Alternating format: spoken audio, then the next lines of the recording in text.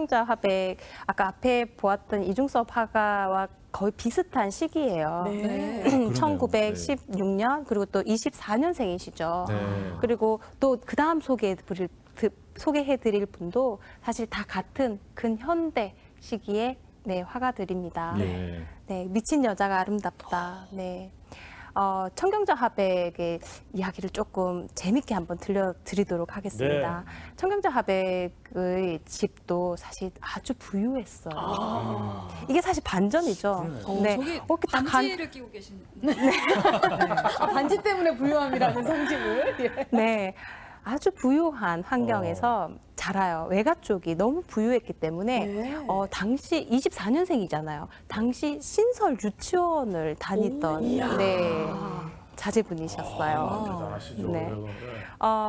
이렇게 어릴 적부터 교육을 받을 수 있었던 거는 집안 내력이었던 것 같아요. 어머니가 서당에 가기 위해서 남장을 하고 공부를 하러 갔던 그런 어머니셨어요. 네, 그런 기질을 좀 가지고 있는 것 같아요. 네.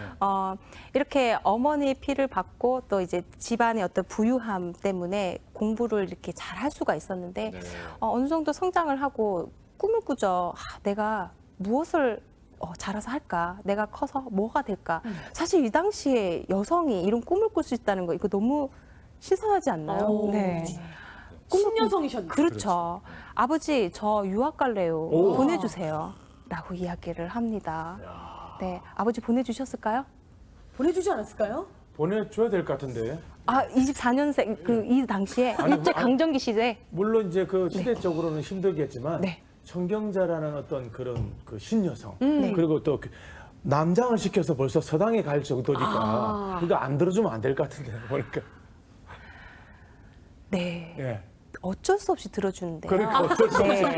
들어주셨네요. 네. 어쩔 수 없이. 다듬이돌 위에서요. 네. 청경자 화백이 그 청경자가 이렇게 앉아가지고 사흘 밤낮으로 울었다가 웃었다가 울었다가 웃었다가 너무 이렇게 무섭네요. 미친 여자의 그때 인생을 벌써 합니다. 아름다우셨군요. 청경자 화백은. 오. 정말 너무 무섭잖아요. 사실 자기가 하고자 하는 걸 얻기 위해서. 그렇죠. 아버지가 봤을 때 이 제정신으로 이게 살 수가 없군. 이 잘못하면 정말 미칠 수 있겠구나. 그러니까. 그렇게 될 바에는 보내주자. 네, 보내줍니다. 그러니까. 어디로 네. 갔습니까? 네, 일본으로 가죠. 일본으로. 네. 일본으로 가서 그림을 또 배우고 여성이었기 때문에 다시 돌아와서 어쩔 수 없이 뭐를 했겠어요. 결혼. 집안에 그렇죠. 원치 않는 결혼을 22살 때 합니다. 많은 것을 배워도 그쵸. 이 전통 이 사회에 이 어쩔 수 없이 따라가야 되는 그런 하나의 관례였어요. 네. 참 그쵸. 어머. 뱀이죠? 깜짝 놀라실 그림입니다. 맞아요. 근데 다시 돌아와서 결혼을 하고 첫 아이를 놓고 예. 정말 힘든 시간을 보내게 돼요. 그때 왜냐- 그린 그림인가요? 네. 왜냐하면 아, 집이 몰락하게 돼요. 친정이요? 네. 어. 사실 친정이라고 할 수밖에 없는 이유가 아버지는 이 청경자의 외가 쪽이 아주 부유하댔잖아요. 네. 네. 그러면 또 어머니가 무남 동료셨어요. 네. 그러면 어떤 사위를 데리겠어요? 대릴 사이처럼 약간. 고아를 그래 네. 그래. 이렇게 사위로 맞은 거예요. 그러니까 이제 사실 모든 게 이제 외가 쪽 위주 이렇게 하니까. 살아갔던 거예요. 예. 근데 그 집안이 망한 거예요. 그리고 결혼도 아주 불행했고, 생활이. 네. 그러면서 급기야 이혼을 하고, 아이고. 그 시대에. 네. 그리고 또 돈이 없어서 동생이 아픈데 약을 못 써요. 아이고. 그래서 동생을 떠나보내요. 아버지도 치료를 못 해가지고. 네, 아버지도 거기에 대한 어떤 상처가 또 있으시겠죠. 시름시름 앓으시는데 약을 못 쓰고 또 돌아가세요. 너무 힘든 거예요. 이 집안을 일으켜 세워야 되는데, 그리고 내가 가장이 됐는데, 그리고 또 아기가 생겼잖아요. 이 아이를 키워야 되는데 너무 많은 어떤 부담감, 어떤 시련 놓을 수가 없잖아요. 그래서 이 뱀이라는 이 소재를 그리게 됩니다. 뱀이었구나. 강사 생활을 하면서 그 조선대학교 앞에 이제 뱀집이 있었어요. 딱 마치면 뱀집 앞에 딱 가서 앉아가지고 계속 스케치를 하는 거예요. 많은 것 중에 왜 뱀이었을까요? 그러니까. 그쵸. 참 신기하네. 왜 뱀이었을까? 그죠? 급기야 이 그림을 그릴 때는 뱀을 사다가 네, 집에다가 가지고 갑니다. 유리관에 탁 놓고 하나하나 그리는 거예요. 네. 진짜 왜 뱀이었을까요? 그러게 그러니까요. 많은 사물들이 있고 동물도 있는데. 뱀 띠셨어요? 네. 띠가 그녀는 왜 작품에 자주 뱀을 등장시켰는지 참 다들 궁금해 하시는데요. 네. 뱀 하면 뭐가 떠오르세요? 우리 조금 징그럽다 이런 표도 있고. 도끼. 악한 악함? 뭐 그런 게 나오죠. 혀. 어떻게든 좀 살아남는다. 사람들이 싫어하지만. 그쵸. 그리고 또 힘, 욕망 이런 것들이 욕망이 약간 와닿는다. 와닿으세요? 예. 이렇게 생명력과 도끼 그리고 자신이 가진 모든 것들을 끌어올려야 했어요. 당시 불행했던 시대의 상황과 사랑했던 여동생의 죽음으로 인한 고독과 충격, 슬픔의 심정, 이 당시 겪었던 어려운 상황들 속에서 자신의 운명에 대해 고뇌를 상징적으로 표현한 것입니다. 그게 뱀으로. 네. 사실 뱀이 이게 처음이 아니에요. 뱀의 어떤 사연이 또 있어요. 어릴 적에 청경자가 뒷산에 친구들하고 놀러를 가요. 근데 친구 하나가 이거 무슨 끈이 떨어져 있어 하고 끈을 딱 손으로 이렇게 잡았는데 그게 독사였던 거예요. 그 독사에 물려서 죽는 거로 봤어요. 친구가요? 네. 어. 그러니까 어릴 적부터 뱀이라는 어떤 이미지는 아주 독하고 강하고 생명력 있고 이런 무섭기도 하고. 것들의 어떤 상징을 이렇게 트라우마로 담고 있었던 거예요. 이렇게 어려운 시기를 경험하면서 자기가 일어서기 위해서 자기에게 암시했던 이 뱀이라는 그림, 이 뱀이라는 이 그림을 다시 보시면요, 네, 힘이 느껴지시죠? 예. 다르게 다가오네요. 다르게 다가오죠. 참 아이러니하게요. 욕도 많이 먹었지만 이 작품, 이 뱀이라는 작품 때문에 또 유명해지기도 합니다. 뱀의 화가. 네. 독한 여자, 독한 여자야. 왜냐하면 뱀을 그렸어? 누가? 여자가 그렸대. 하고 궁금해서 많은 사람들이 이 그림을 보러 오게 된 거예요. 지금 생각하면 이제 노이즈 마케팅 이런 느낌처럼 예전에. 그렇죠. 원하지 않았겠지만 당시 1952년에 칠성 다방에서 전시가 대한미협전이 이루어지고 있었어요.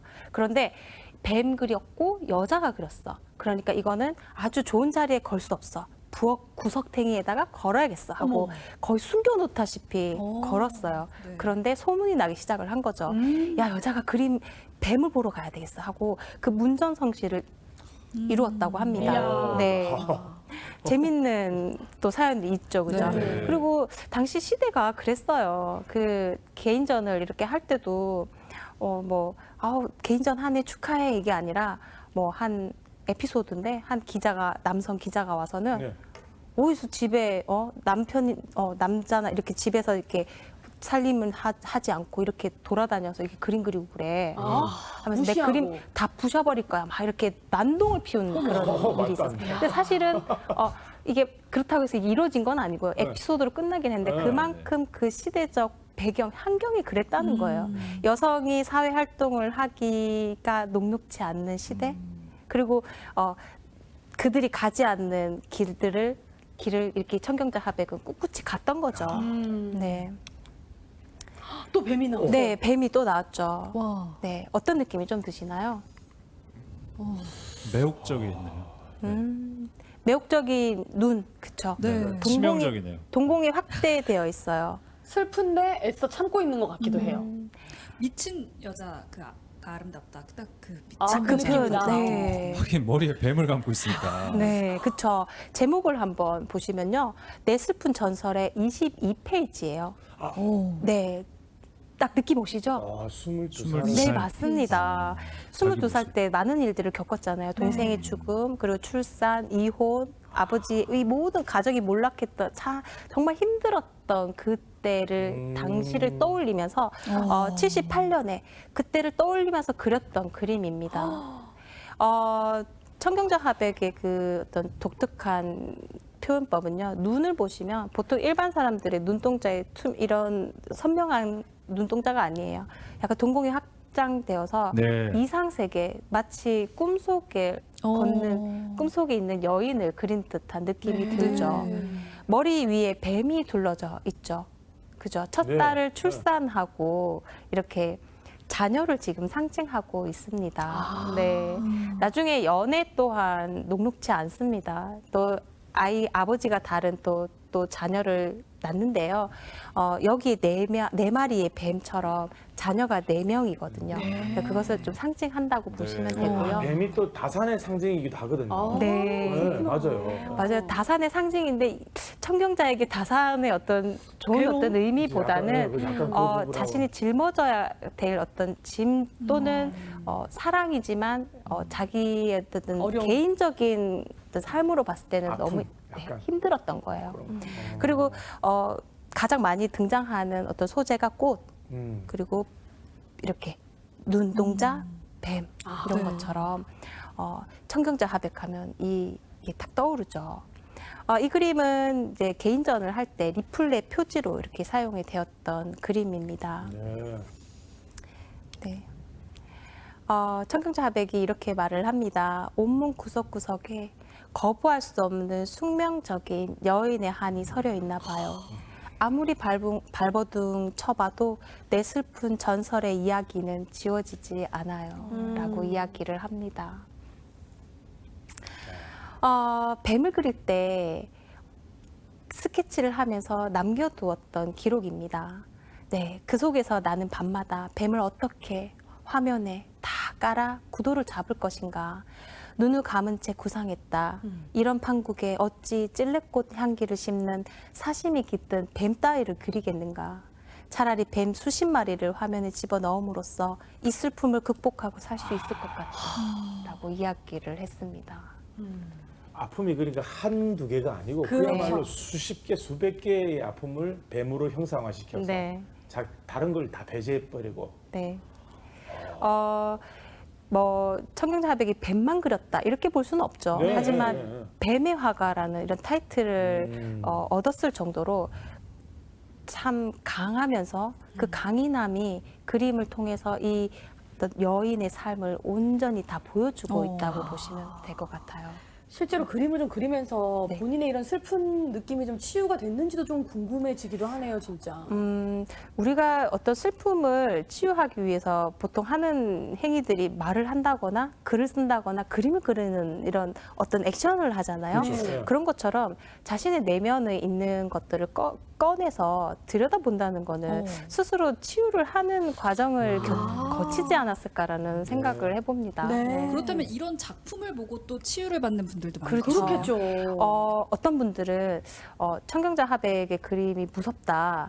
그냥 너무 강해서 집에 걸어놓기 무서워 이렇게 하시는 분도 계시는 반면에 그 그림을 뚫어져라 계속 바라보고 계시는 분들도 계세요. 그래서 물어보면 그냥 거기에 어떤 이 그림에 담긴 에너지를 얻는 것 같다라는 말씀을 빨려 하시더라고요. 들어가는. 네. 근데 아까 보셨던 그림에서도 사실 그걸 느끼셨죠. 네, 네, 그냥 네. 단순하게 그림이야 이런 느낌보다는 아주 강렬하게 뭔가 메시지를 주는 듯한 네. 느낌이 와요. 네. 네. 예전에 저 매체에서 봤는데 이렇게 청경자 화백의 그 눈 그리는 이 덧칠해서 만들어내는 그 터치가 네. 굉장히 독특하다고 그러더라고요. 맞아요. 예. 네. 선생님, 청년자 화백 오. 팬이시구나. 많이 알고 계시네요. 청경자 아니, 어쩌다가 화백, 뭐 아프게 된 거죠. 예. 청경자 화백의 그림은 이게 어떤 장르인 것 같아요? 그 서양화 예, 예, 같죠. 예, 예. 동양화입니다. 그러니까요. 채색화입니다. 네, 그 동양 물감으로요. 그러니까 먹이 이렇게 많이 들어가지 않았다는 거지. 책을 계속 덧칠을 하거든요. 그러니까요. 올리고 하거든요. 그래서 한 번만에 끝이 난 색이 아니고요. 정말 오랜 시간이 걸리고 오랜 색들이 덧입혀져서 그림을 그렸기 때문에 제작 기간도 좀 걸렸고 본인의 어떤 그림들의 특별한 어떤 특정한 어떤 패턴이 있다라고 보시면 될 것 같아요. 네. 네. 또 뱀이에요. 네, 뱀을 시간이 많이 지나서 한 번 더 그립니다. 분위기가 많이 다르죠. 좀 밝아졌어요. 네네, 그쵸. 그리고 아주 사실적인 그 뱀의 어떤 모습보다는 조금은 좀 추상적인 맞아요. 네, 그렇게 변화를 합니다. 하지만 그녀에게 중요했던 그죠 뱀이라는 이 소재가 자신의 삶을 살아가게끔 어떤 힘을 줬던 어떤 것이었기 때문에 이렇게 다시 한번 되짚어보는 시간을 가지기도 제목이 합니다. 사군도네요. 네. 네네. 작가의 심경 변화뿐만 아니라 화풍의 변화가 오신 거를 느끼셨을 거예요. 네, 맞아요. 네. 뭐 이렇게 이 그림을 보면서 또 이렇게 궁금하신 건 없으신가요?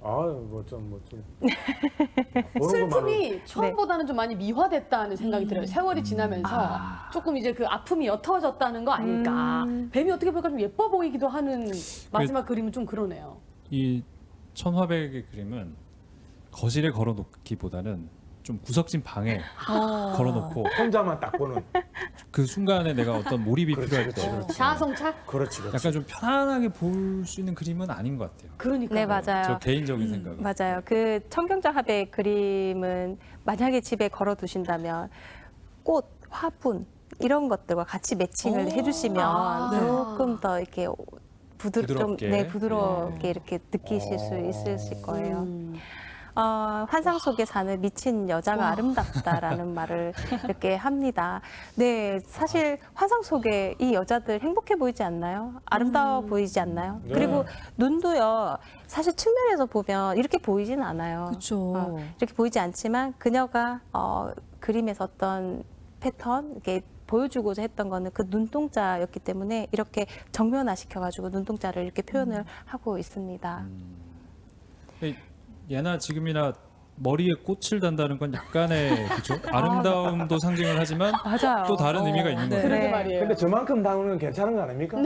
저렇게 다는 게 괜찮다고 너무 많이 한 달았는데. 송이 꽂을 때 그 좀 위험한데. 한 송이보다 많은 게 낫다. 맞아요. 생각이. 우리 그 영화에도 있잖아요. 네. 누가 이렇게 행동을 이상하게 하니까 자 와줘라노 이러니까 자 여기 꽃 꽂았잖아 이렇게 맞아요, 하는 거 맞아요. 있어요. 네. 영화 중에. 네.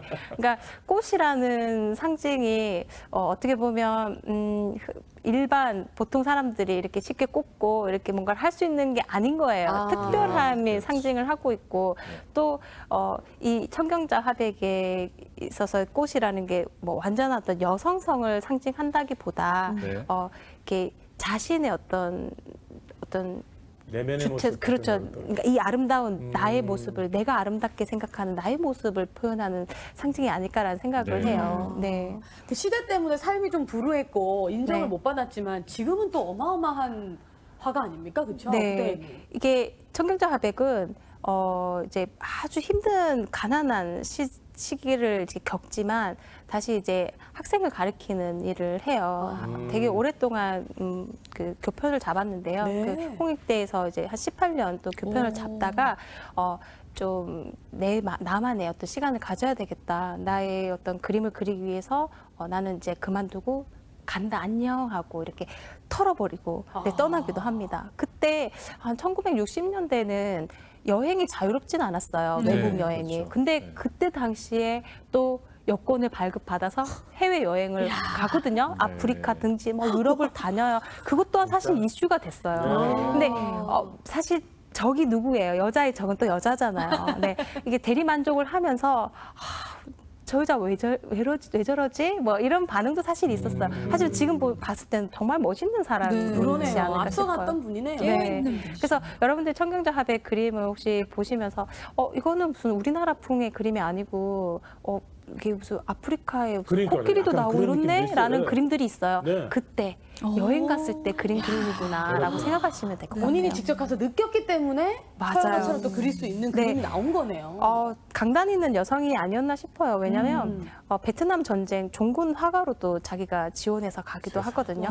네. 아우, 멋있어. 유명한 분이셨네요. 네. 네. 그래서 저는 제가 오히려 그 청경자 화백의 그림을 보고 그 삶을 들여다보면서 진짜 겁나서 못할 게 뭐가 있을까. 이렇게 씩씩하게 하고 싶은 거 하면 어쩔까라는 생각을 되게 많이 해요. 그러니까 여러분들도 이렇게 강렬한 그림들을 보면서 그녀가 했던 그 어떤 에너지, 행동들을 보면서 한번 아주 작은 거라도 뭔가를 시작해 보시는 건 네. 어떨까 네, 그런 생각이 듭니다. 아우, 멋있어요. 진짜. 네. 어우. 자, 마지막으로 네, 김환기. 아까 네 김환기 화백 드디어 나오셨네. 얘기하셨.